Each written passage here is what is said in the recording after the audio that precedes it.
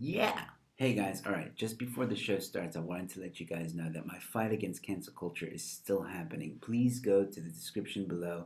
There's a link titled Support My Fight Against Cancel Culture. If you want to help my fight, please consider giving a bit of a donation.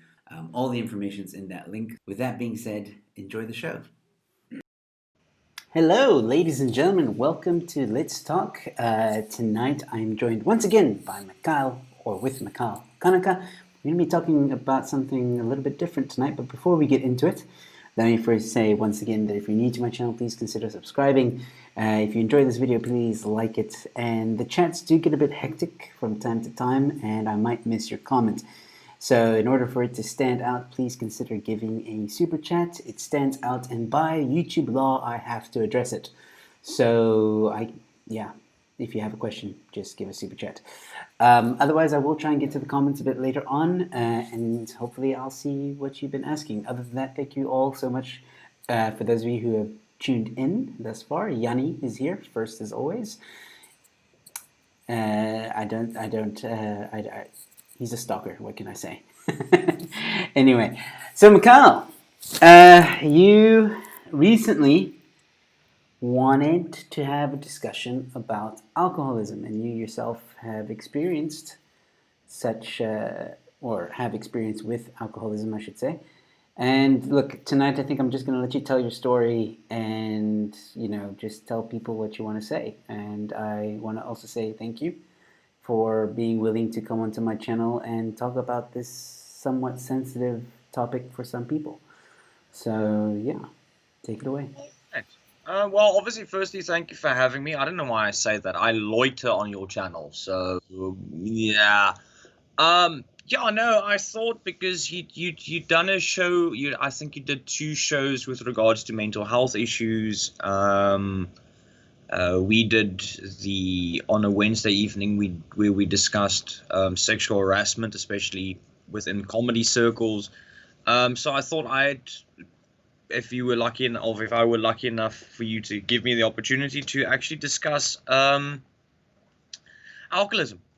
I think even though we are secretly proud of it, and we shouldn't be, South Africans are known to consume copious amounts of it. Brandy and Coke, beer, whiskey, vodka. I don't know. I think South Africans treat alcohol the same. Anything as long as it's open.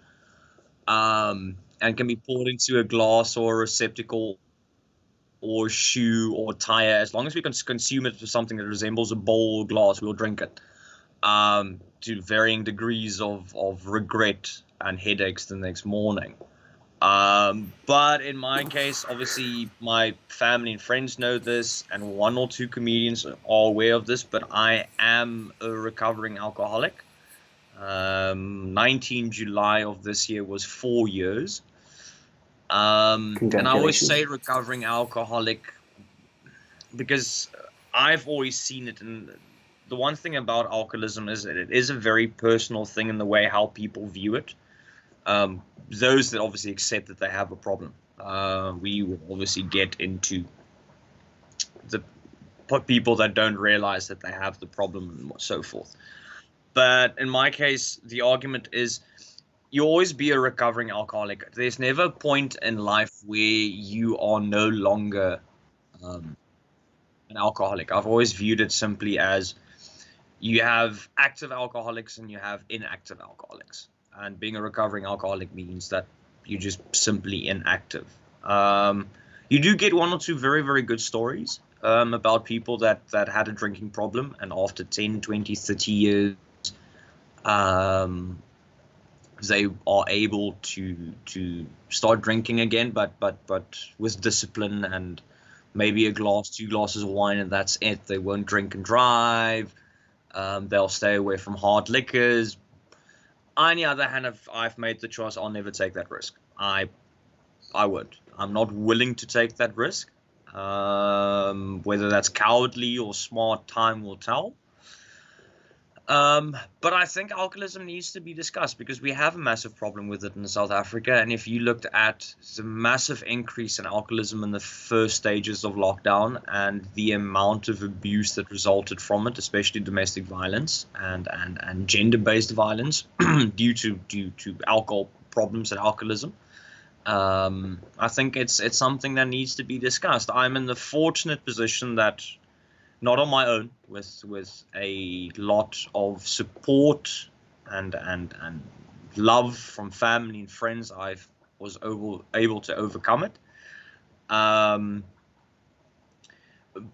I always try to explain to people, I'm ashamed of what I did while I drank, not ashamed of saying that I'm a recovering alcoholic, because I was lucky enough to win.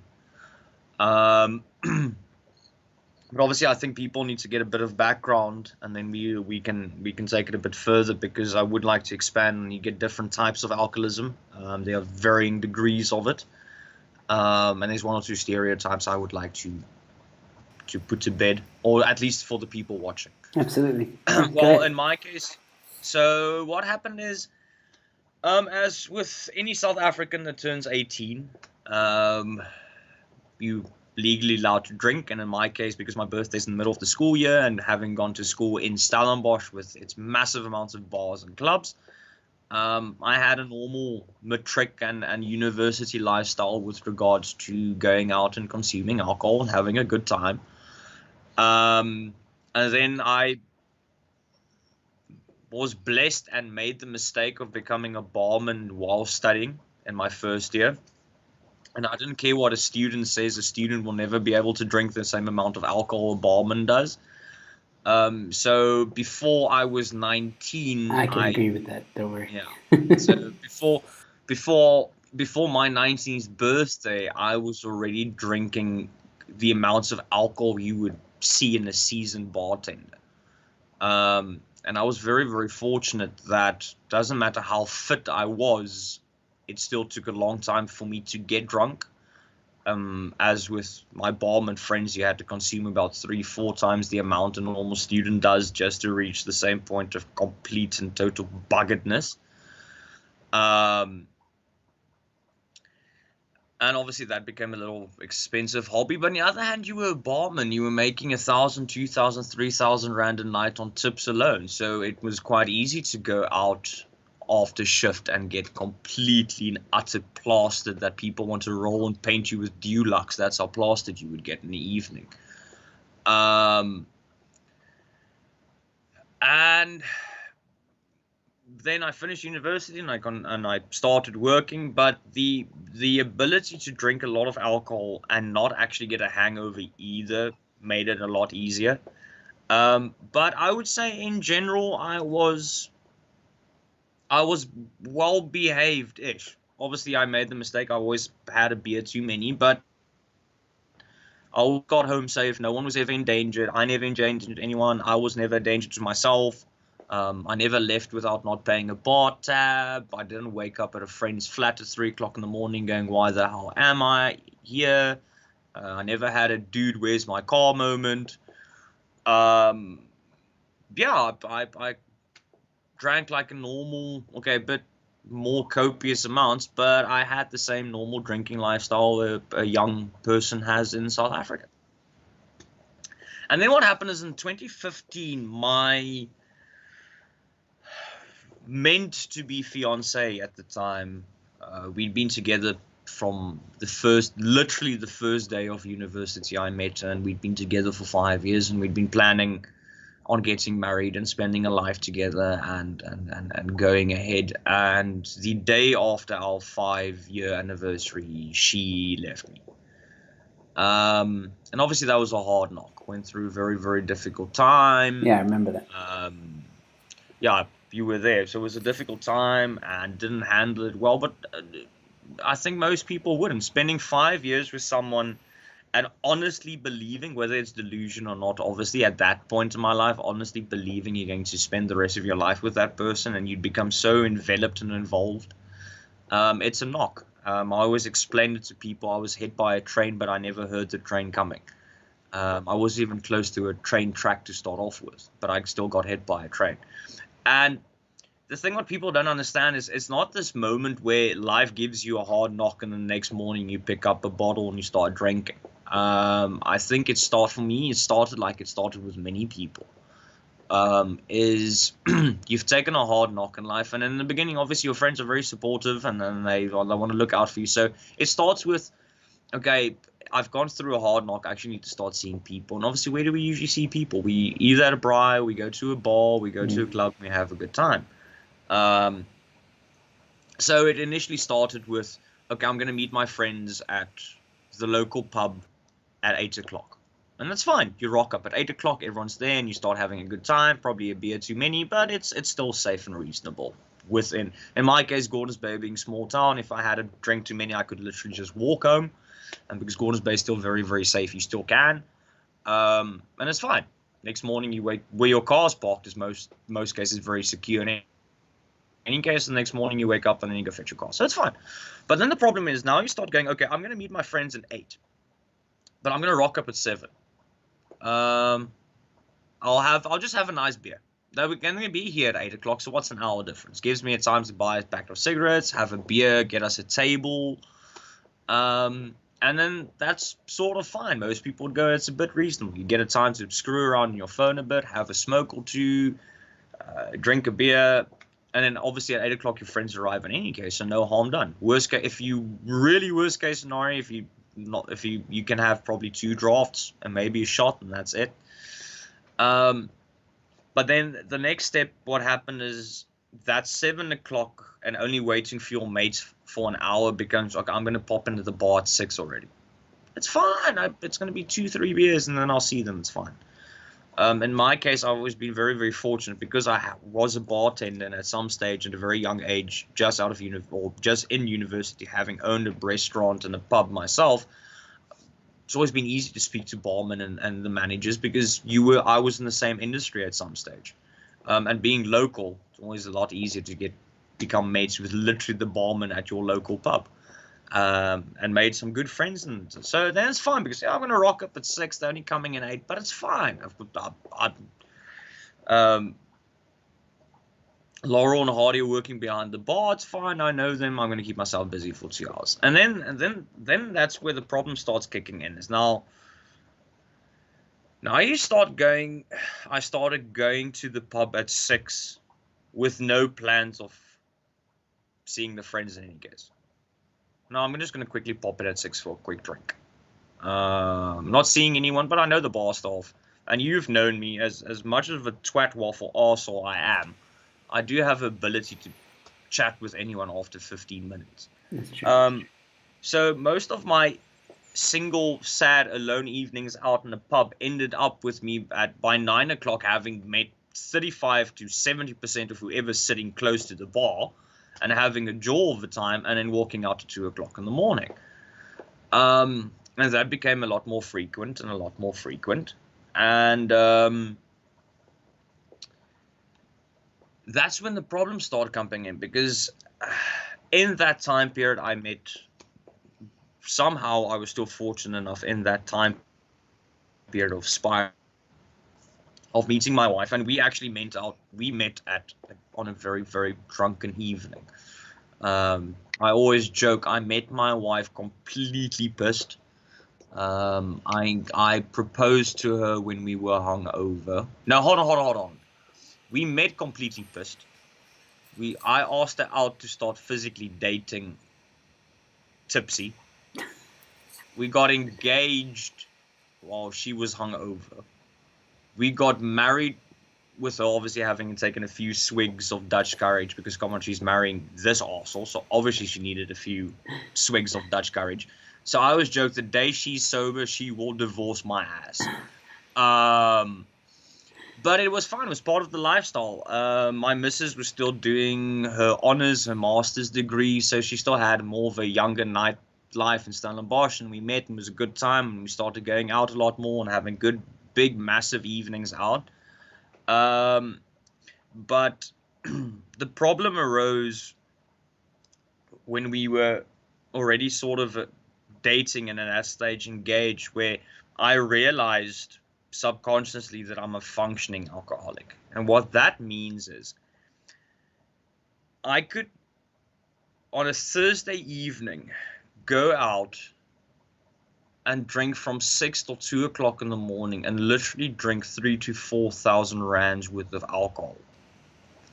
Go home, sleep 2 hours, wake up at 4 o'clock, drive to the train station at 5, get on the train at 5:45, arrive at work at 7, start working at 7:30, and by 1:30, all my paperwork and duties are done, and by 2 o'clock, I actually started only sobering up. Wow. And I could do that without anyone noticing. I was able, obviously, luckily I stayed, thank goodness, in hindsight, I stayed really close to where my local watering hole was. I could, and you can ask my wife this, I could drive home completely plastered and not actually, from 10 o'clock, I would remember nothing. But I could drive home at 2 o'clock in the morning. I would stop at every stop street. I would drive suburban speed limit of 40 kilometers per hour. I would indicate every turn. My gear shifts would be absolutely perfect. I would get home and reverse the car into the driveway without bumping anything. And then go to bed at 3 o'clock in the morning and wake up at 10 o'clock and not have an idea what happened 12 hours prior. And then the problem was, because I didn't suffer from hangovers, I would wake up at 10 and by 11:30, I would be raring to go for another round, because I don't get hangovers. I don't get headaches. Yes, obviously your tongue felt hairy, and obviously the amount of, I smoke a lot now, but obviously going out you smoke a lot more. So obviously my lungs didn't like me, and my stomach was a bit upset, and my knees were a bit wiggly, but there was no headaches, no nauseousness, none of that. So I could just, the whole hair of the dog. I had a rough evening out, first beer down, sorted. And then that's when it started getting problematic, because I would start lying to Esty, who's my wife, about going out and what time I'll be back and how much I drank, the amount of money spent. Because initially when I started drinking, it was fine, because I'd set aside almost 20,000 rand worth of money, because the idea was that my ex and I, we were going to pay our wedding ourselves. So in the beginning it was fine, because I had a lot of cash to play with. Okay, now in hindsight, I could have spent that money on my cars, which would be a lot smarter, but hindsight is 2020, unfortunately. If I knew now what I do now, or if I knew now what I did then or whatever, I would have spent that money on cars. But hindsight is hindsight. But obviously at some stage that 20,000 rand ran out. Okay, in my case, after about 6 evenings. Then you started dipping into your salary. And obviously you have to be reasonable, so you never dipped into your salary too much. And then you start dipping into your credit cards. Now, I'm not going to spend so much on the credit card, I can pay it off at the end of the month. Then you start reaching the point where you phone your personal banker at 1 o'clock in the morning going, listen, you need to increase my credit card limit now. 1 o'clock in the morning? Yes.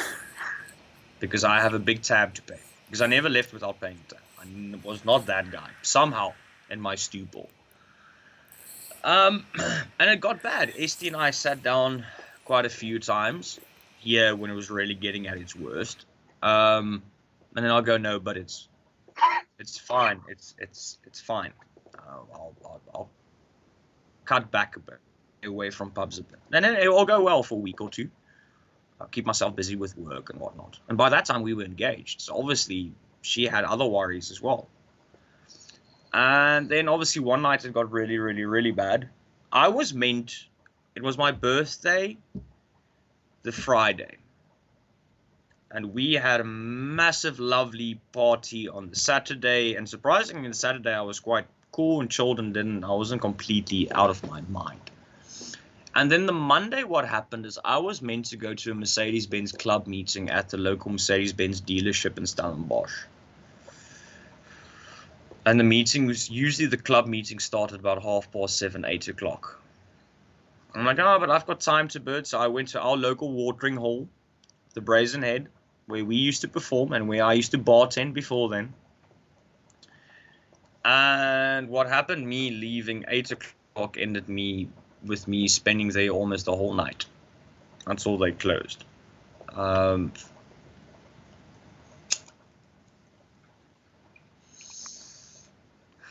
Not only had I lied to my missus, she did not know where I was. She was on the impression I was at the Mercedes-Benz dealership, being with very prim and proper, very adult people with very expensive car collections. No, I'm being a complete asshole and douche noodle in getting plastered at a local watering hole in Stellenbosch. And then on my way home, certain events transpired. Certain vehicles got sadly not badly damaged, but still damaged. And certain government officials told me that you can't go home now. We have lovely accommodation for you. And then, okay, I didn't really have a choice. I'll make use of your accommodation. And that morning at 10:30, my fiance and my soon-to-be mother-in-law collected me from my recently discovered bed and breakfast.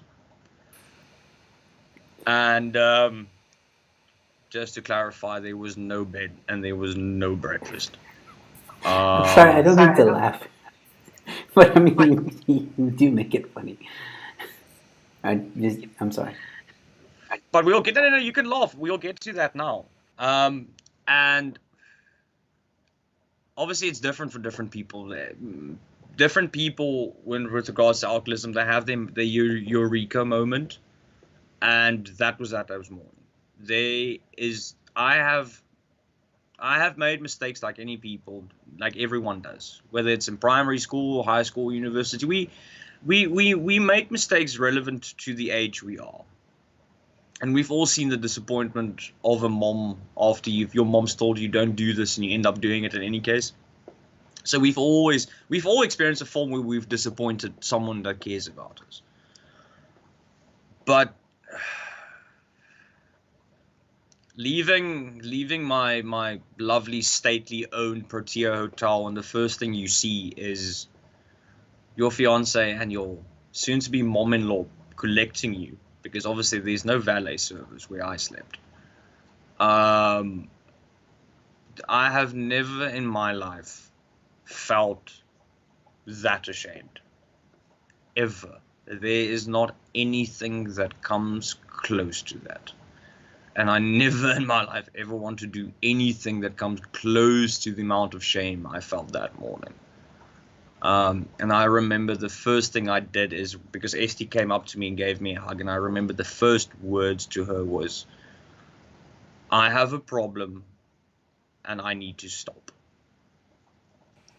And before I continue, the one thing I wanted to clarify is a lot of people understand, and I obviously that's why I did the bold up with the story, is alcoholism, and I'll go as far as going 9 out of 10 times. Obviously, there's a lot of psychological factors and economic factors that go around why certain people become alcoholics. But in general, 9 out of 10 alcoholics don't become one overnight. It's never boom and then dusted. It's this gradual thing. And the sad reality is that you never actually realize that you're becoming one, because it's spread out over such a long time period. Every time you take you step a single millimeter too far, because it's only a millimeter, it's fine, it's the norm. But the problem is, because it's such a gradual growth and a slow growth in general, your norm keeps on moving on,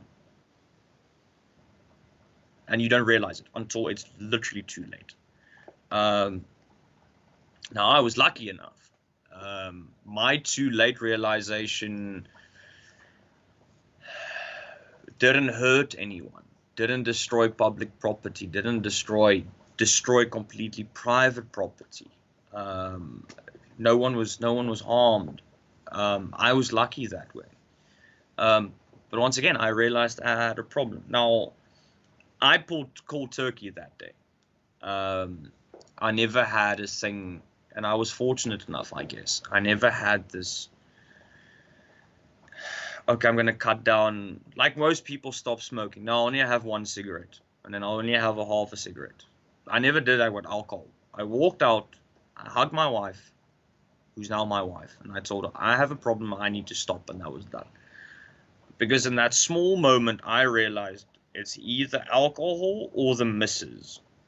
And I'm going to be honest, I honestly believe the missus was the better decision.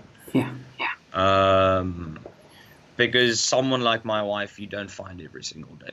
I can find a beer every day. I can find a double whiskey with 2 blocks of ice every day, but I can't find a wife like the one I have every single day. And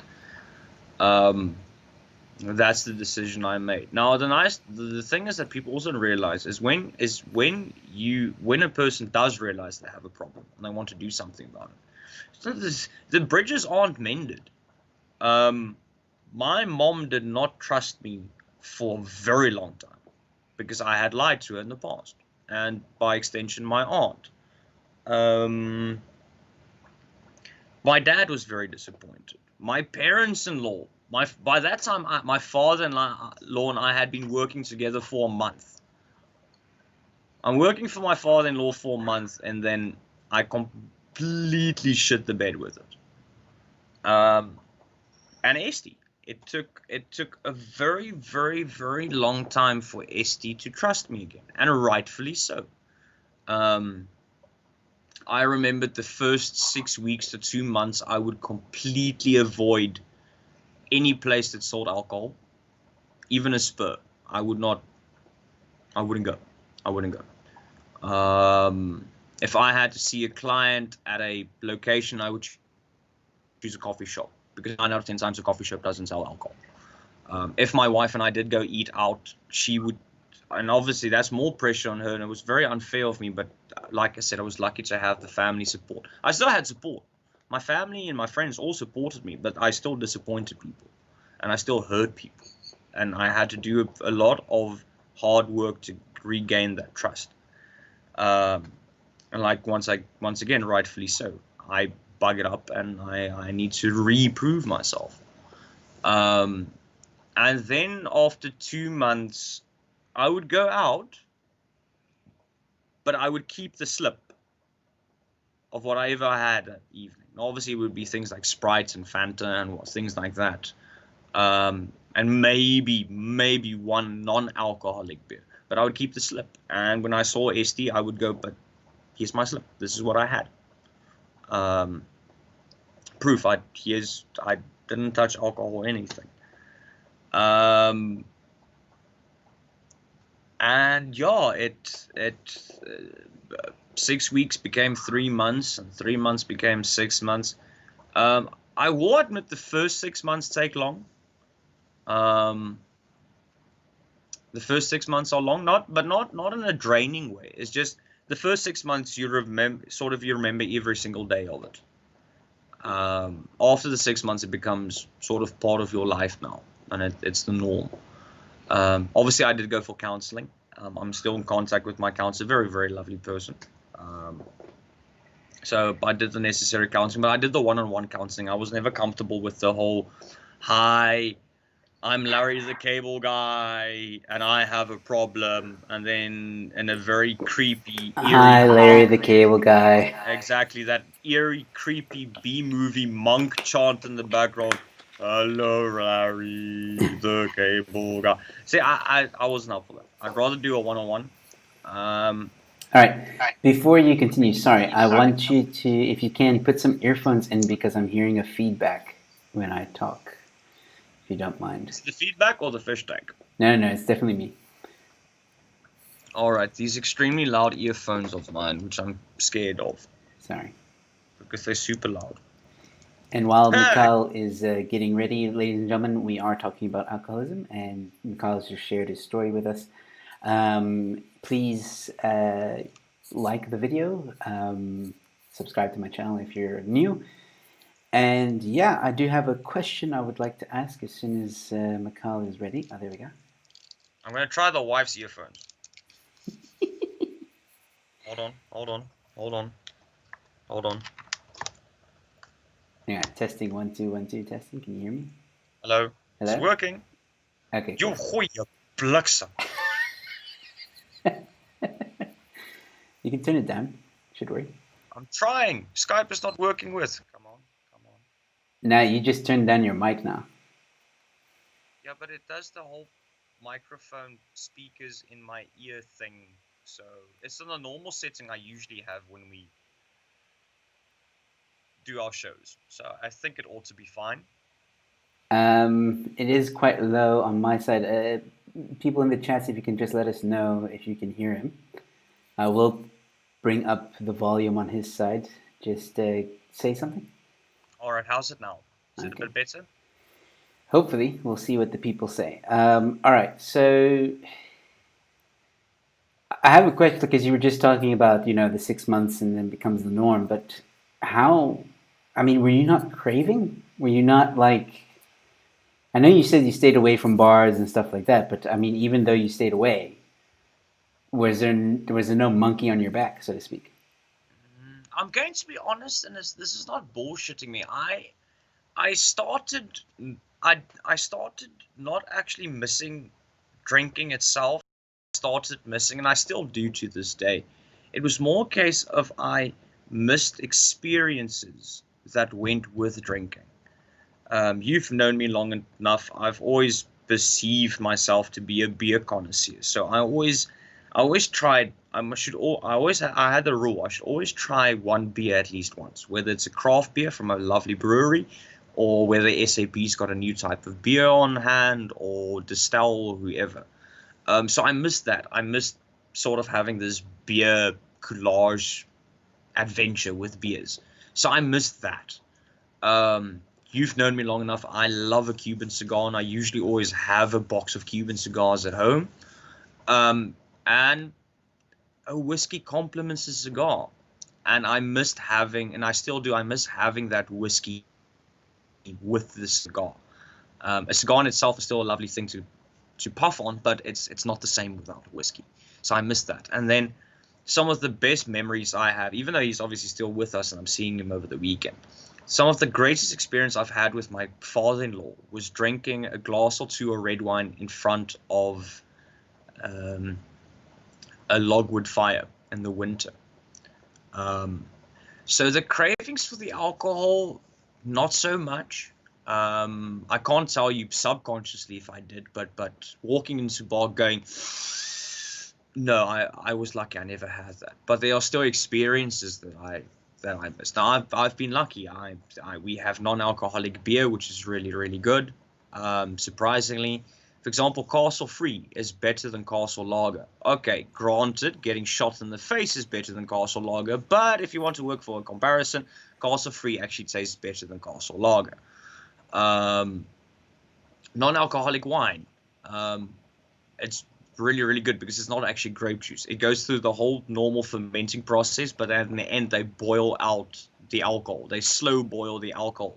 So you still have the flavors and the tannins, but there's no alcohol.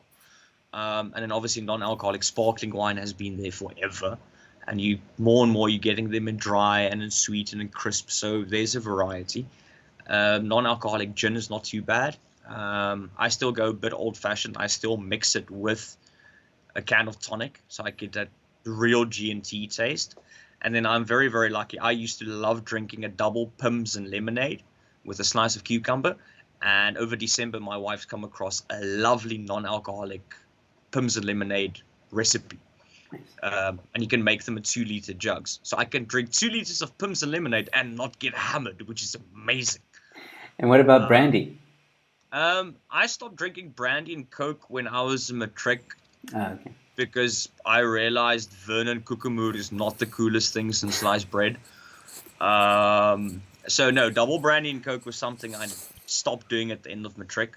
My base alcohols were in the summer it was beer and white wine, and then in the winter I did red wine, a double vodka neat, or I did a double whiskey with 2 blocks of ice.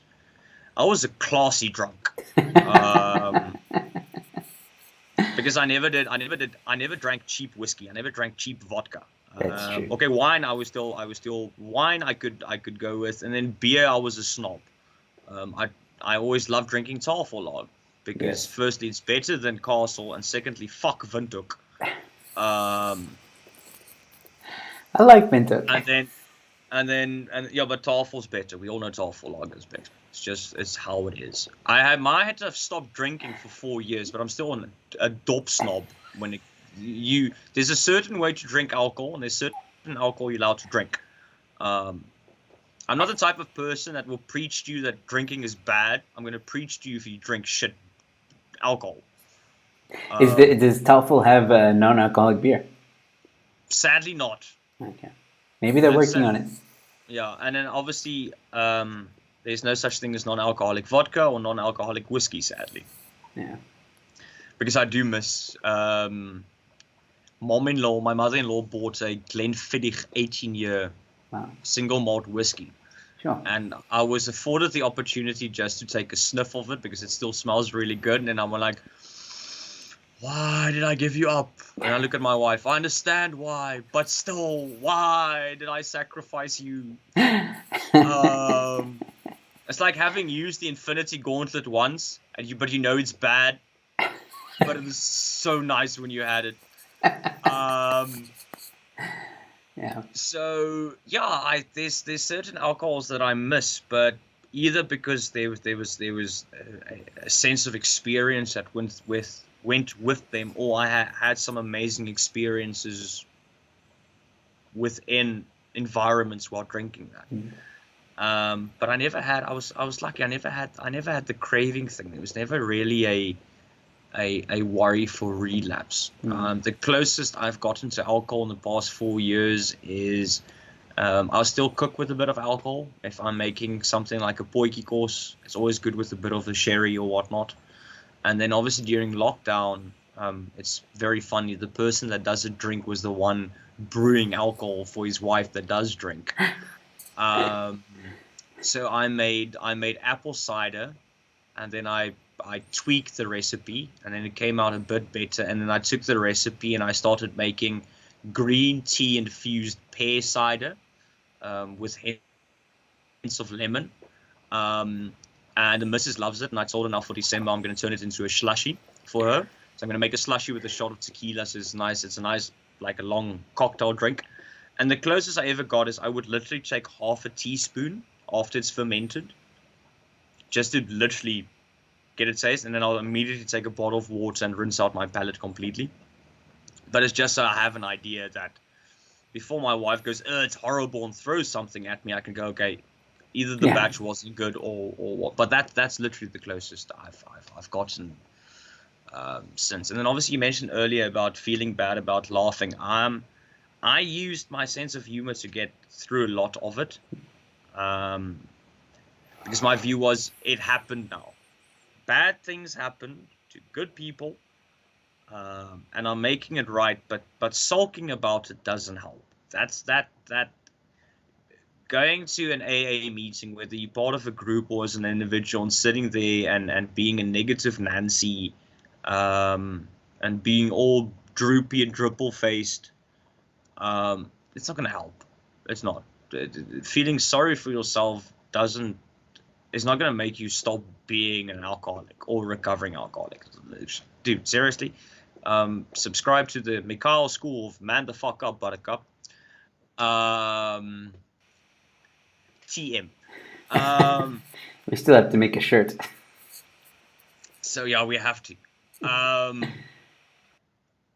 did have a few people to say, but it's very disrespectful to regards to other people going through it, and that's not fair. People deal with things in their own way. I thought dealing with humor was using humor to deal with it was the best.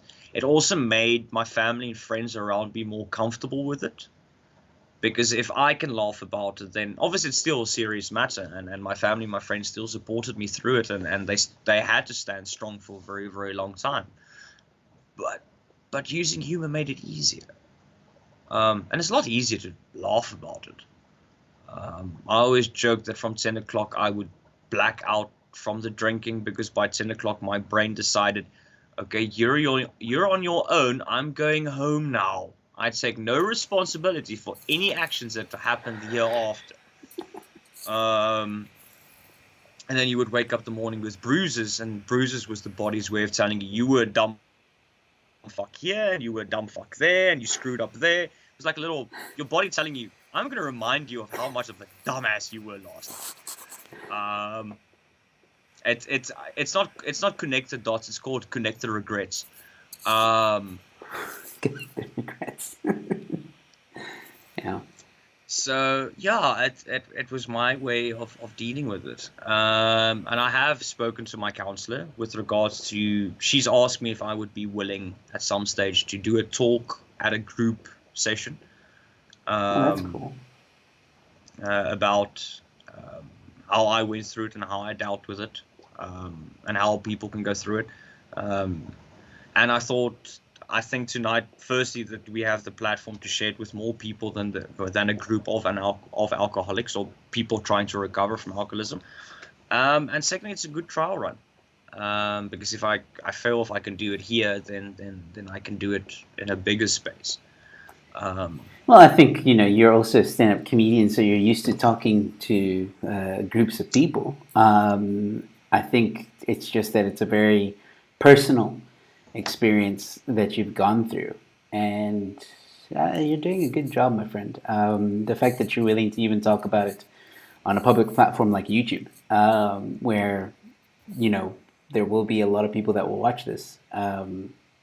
Kudos to you, man. I think you doing a group talk is going to be a breeze, to be honest. Well, thank you. Like I said, obviously I'm ashamed of obviously that which I can remember from when I drank. It's about a 50-50 thing. Thank God where I drank had cameras. Made it a lot easier to get a recap. Highlights reel of what Mikhail did last night. Tonight at 7. So that is it was like sport highlights, but no one scored. So from what I can remember, because obviously there were blackouts, I'm not proud of it, but I'm not ashamed of telling people I'm a recovering alcoholic, because I think there's a stigma with regards to people when it comes to having mental health issues, and there's also a stigma with regards to people being recovering alcoholics or recovering substance abuse or substance abusers. Obviously, I'm a bit more hardcore with regards to how I view people that don't want to stop or say they can't, because I feel that's a bullshit argument. I have sympathy and empathy for why it happens, because it happened to me. I have sympathy and empathy for the progression that it goes through, because I went through it. I have sympathy and empathy for people that make mistakes and are ashamed of what they did, because I did it. But I find it difficult to have sympathy and empathy for people that say, but no, I can't do it. I don't know how. Well, it's like what Robert Downey Jr. said once on, I think, Oprah, when he was being interviewed about his substance abuse.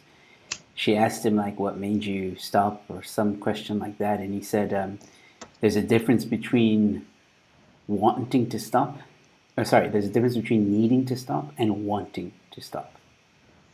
And I think that summarizes it quite well.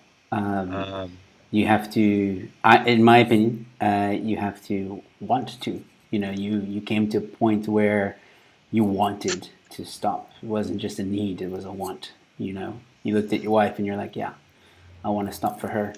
I want to stop for my future with her. It's and that's a sad reality. Unfortunately, I think they are and if there are people like that, they are blessed. But very few people reach that I want to stop stage without getting a hard knock. You need to have a eureka moment, and no one's going to show it to you. No one's going to tell you how No one's going to give you advice on how to do it. It's you have to, unfortunately, you have to knock your head. And as luck would have it, I've had to learn that thing my whole life. I've never been able to be taught, don't do this. I have to do it at least like 30 times and hurt myself 30 times. And then I go, this person had something going here. Maybe I shouldn't put my finger in the socket for the 31st time. Because the first 30 times didn't turn out as I expected it would. Yeah. So I've fortunately and unfortunately always had to learn from hard knocks. But yeah, I'm obviously after I stopped drinking, I had a lot of debt I had to pay off over a long time period. So that's the one thing, the day you stop drinking, a lot of that baggage stays with you a long time. It's not necessarily emotional. It's not even physical. There will always be something where you go, yeah, but for example, it took me about 2.5 years after I stopped to get rid of all the debt I ran up, the costs and everything. But yeah, I'm better off. I can now go out in the evening.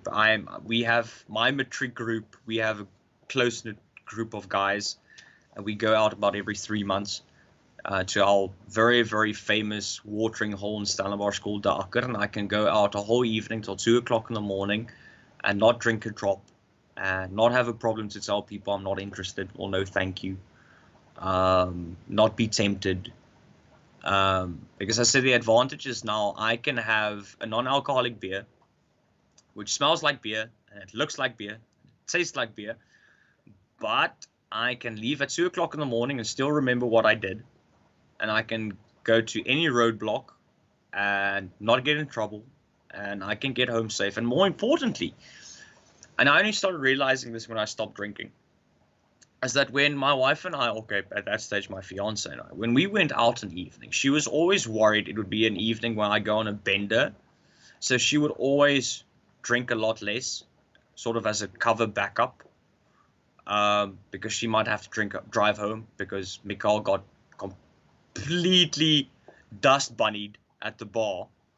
And the problem is, firstly, that meant my wife didn't have a good time because she had to watch what she was doing, and she's the responsible one. And then secondly, my wife is completely night blind, so she's getting anxious the whole evening through because there's a possibility she has to drive home at night in an automatic, which she's not comfortable driving. So where now, even though my wife is still a very responsible drinker, if she wants to have that third glass of wine when we go out, she can, because she knows I'm going to drive her home safe without any other problems. I still have a good time because I get to see friends and I get to dick about. And I always say the advantage as well is of stopping drinking. I was a mischievous arsehole when I drank, but the only difference is now is the only difference now is I can actually keep track of what I'm doing and remember that I'm a mischievous arsehole. And I've also realized to use my friends' drunkenness to my advantage when I'm being a mischievous arsehole. You could get away with a lot more if you're the sober one. It could hide, and it's easier to hide if you did something with your drunk friends. So, and it's fun. I still get to have a good time out. My wife can now finally, for the past 4 years, actually relax when we have an evening out. And I always said, apart from my wife, my family, my friends, and my faith, the most important things to me are my cars. So now I can drive any of my cars any time of the morning coming back from a braai and going, you getting home without a single dent, which is a bonus for me. So there's a lot more positives to take from it. Obviously, like I said, certain experiences I miss, but because you actually get a very nice, dry, non-alcoholic red wine, I can now once again have that experiences with my father-in-law in the winter in front of an open wood fire. You're getting more and more varieties of non-alcoholic beers, so I still get, obviously not to the same extent I did with normal beers, but I can try something new every now and then. I still have this little list on my head of beers I've consumed during my lifetime, because I can remember every single brand I've ever consumed. strangely enough. So now I just add non-alcoholics to that list. Obviously, the whiskey will always be a problematic because a cigar doesn't go that well with a Sprite. I'm sorry, you can't keep it classy, whether it's a crystal glass or a sippy cup. At the end of the day, you're still drinking a Sprite with your cigar. Yeah. But no, otherwise it was difficult. And I'm very, very blessed. I think it would have been a lot harder and taken a lot longer if I didn't have my family and my friends, and especially my wife. The fact that she stood by me through all of that. She never considered giving engagement ring or anything like that. I remember I landed in this situation because of an ex not wanting to spend their life with me. So I'm going to be honest, I don't think I would have been able to handle a second time. Not so soon. Yeah. After the previous one. So a lot of kudos goes to her. I think the day when she dies, they need to put up a massive statue of that very, very small, petite lady from the Northern Cape. Not because of her accomplishments, but the fact that she could deal with me. That deserves a sainthood, a MBE, and a Nobel Peace Prize. Because she stayed with me. Yeah. So yeah, and I like I said, I made the decision. I'll never tackle alcohol again. Remember, in city years, I could possibly be fine and do it. I just don't want to risk it. Yeah. And we have 9 minutes left, and I really want to try and keep this to an hour so that people do watch this. I think this is valuable that you told your story. What advice? I know we mentioned that you need to want to stop, but who knows who's watching this, and who knows who will watch this? Maybe a concerned family member, maybe the person, him or herself, is dealing with some stuff, and this helps them to realize something. On the off chance that there is someone that could use this advice, what advice would you give to someone who knows someone who's an alcoholic? And so there's the part one of that question. Part two of that question is, what if it's someone that is an alcoholic? What advice would you give to them? Okay, let's start at the core and then move out. So if someone is watching this and they are an alcoholic, or they think they're an alcoholic, okay, first you get varying degrees of alcoholism. Not everyone is full-blown get drunk and lose the house and the job and the car and everything. They're varying degrees. You get your binge drinkers, which is a form of alcoholism, but it's called alcoholism light. It's still a problem, but it's alcoholism light. And you obviously get... But in spite of that, if someone is watching and they think they're an alcoholic, or they're going down that path towards it, firstly, the most important thing is obviously they need to want to stop, because it is a very, very personal decision. It's a very personal realization. So that, unfortunately, no one can advise on. But there are many, many people you can actually speak to. There are, if you are a person of faith, most religious institutions have some form of counseling you can speak to. You have a lot of organizations that are associated with these religious organizations that you can speak to. And then you have state-sponsored and private-sponsored type of counseling and programs that you can go to. Also, don't self-diagnose your alcoholism, because we aren't capable of it. I make an effort, and obviously the other shows we've done, I try to make an effort to study as much about a topic as I can before I discuss it. But with regards to you wanting to know whether you're an alcoholic or not, I'm the first one to tell you that there are people that are much more knowledgeable than you. Being an alcoholic does not make you an expert on alcoholism. It's not how it works.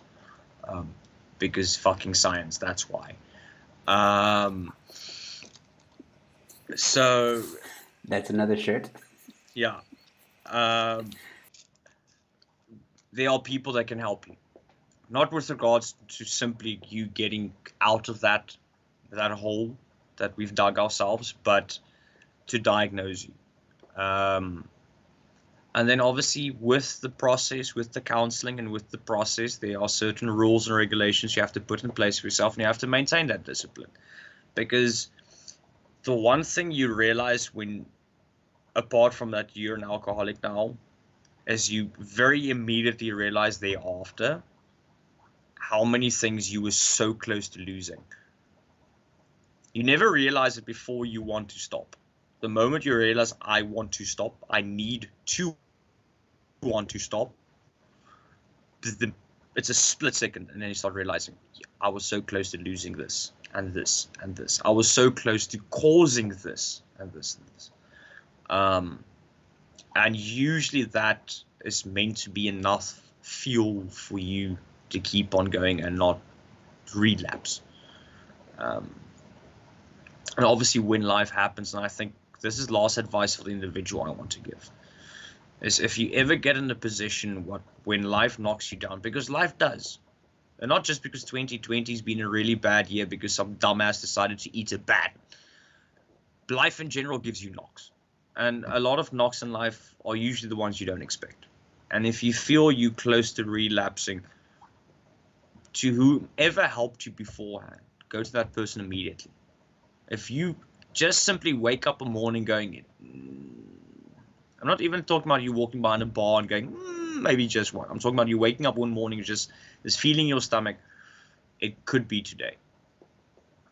Go to whoever helped you, or whatever organization or association or single counseling that you made use of initially, or a family friend or family member that stood you by the whole way through, and go, but I feel like, because you'll know, I think 9 out of 10 times you'll know when you close to that precipice of going over. With regards to a family member or a friend that's seeing this happen or it happening, I'm going to be honest. I'm going to try to give the best advice that I can, but it won't be necessarily the best, because I've been on the alcoholic end, not the looking into it. I've always been in the middle, not looking from the outside. So I'm going to try and take my experience and flip it over so that it can help. The one thing that I think family and friends need to realize is, for a very long time, you talking to them and you convincing them and trying to have interventions are not going to work. I know it sounds very harsh and very terrible, but it's not. The success rate with something like that is very low, because the moment you approach someone that's an alcoholic, and I did that, that person becomes very combative, very defensive, and aggravated and emotional, and usually alcoholism stems from a bad emotional place, subconscious or consciously. That can always be different. Now you're already putting that, and it's not your fault. You mean well, and you are meant to mean well, and it's endearing and adorable and loving that you mean well. But remember, the person on the receiving end doesn't see it that way. Because why are you targeting me? Why are you looking at me? It's not my fault. It's not a problem. The best advice I can give is, at some stage, sadly, that person is going to knock their head. And usually that's the knock that helps them. I think the best you can do is try and make sure that whenever that situation happens, that you've created an environment that cushions the blow. Not to the person, but to everyone around that situation. So let's say a normal alcoholic knocks his head by getting drunk and climbing on a bicycle and then, I don't know, hitting a lamppost. It's still going to happen. But for the metaphor to work, make sure that when they do it, it's on a bicycle, for example, with training wheels, or when they do get drunk on the bicycle, it's in a place where the only thing that can happen is fall over on gravel.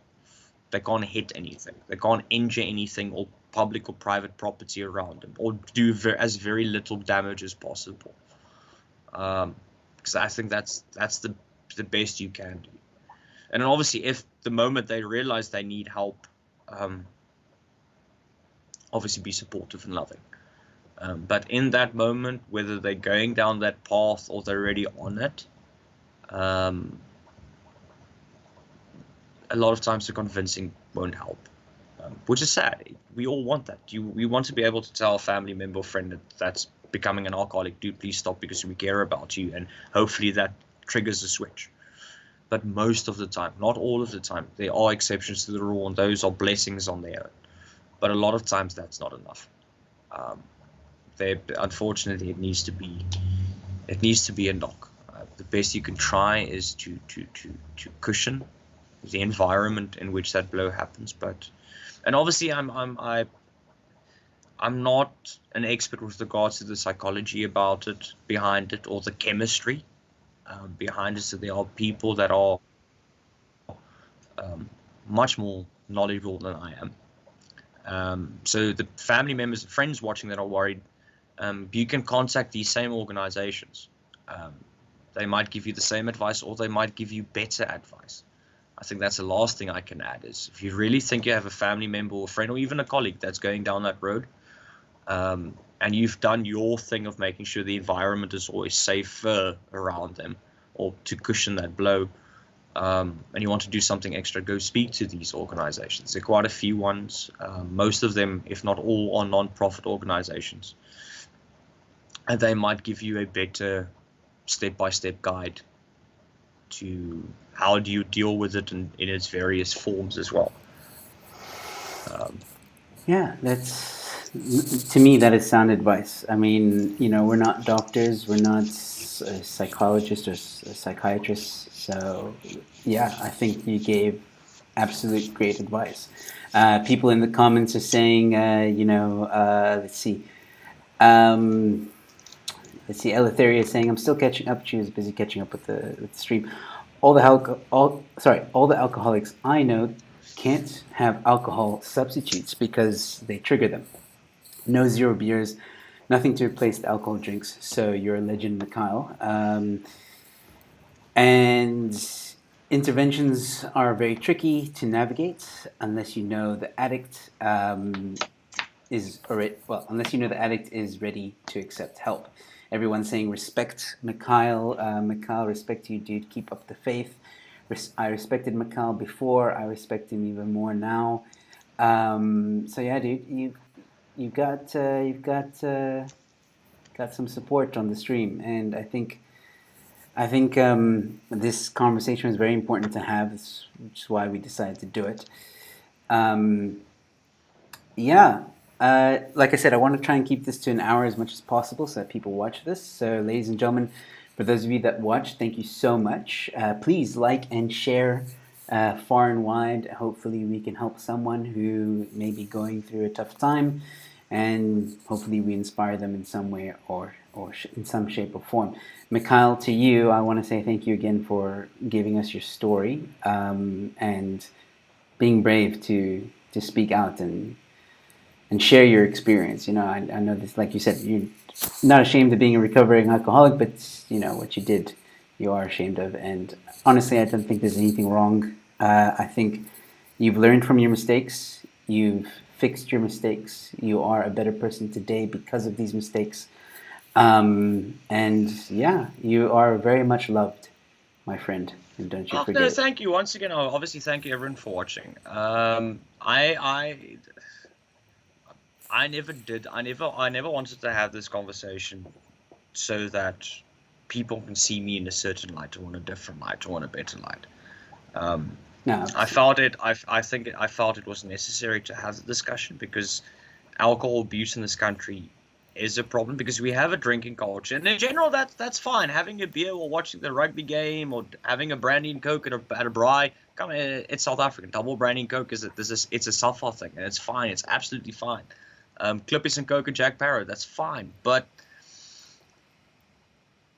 there is a drinking problem out within the drinking culture, and that needs to be discussed. And I thought, for an initial conversation, I think it's necessary to have had a recovering alcoholic have the first, whether if this show has more than a part to it, because obviously there are definitely psychologists that can add a lot more with regards to the psychology behind substance abuse and the type of personalities and in many cases the mental disorders that go with them, that can add to this conversation, give a more in-depth foundational explanation for why it happens.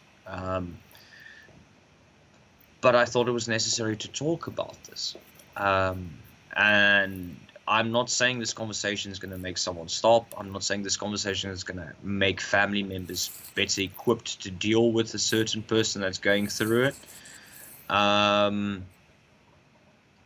It was done because it needs to be spoken about. We live in a time where we can discuss police brutality, gender-based violence,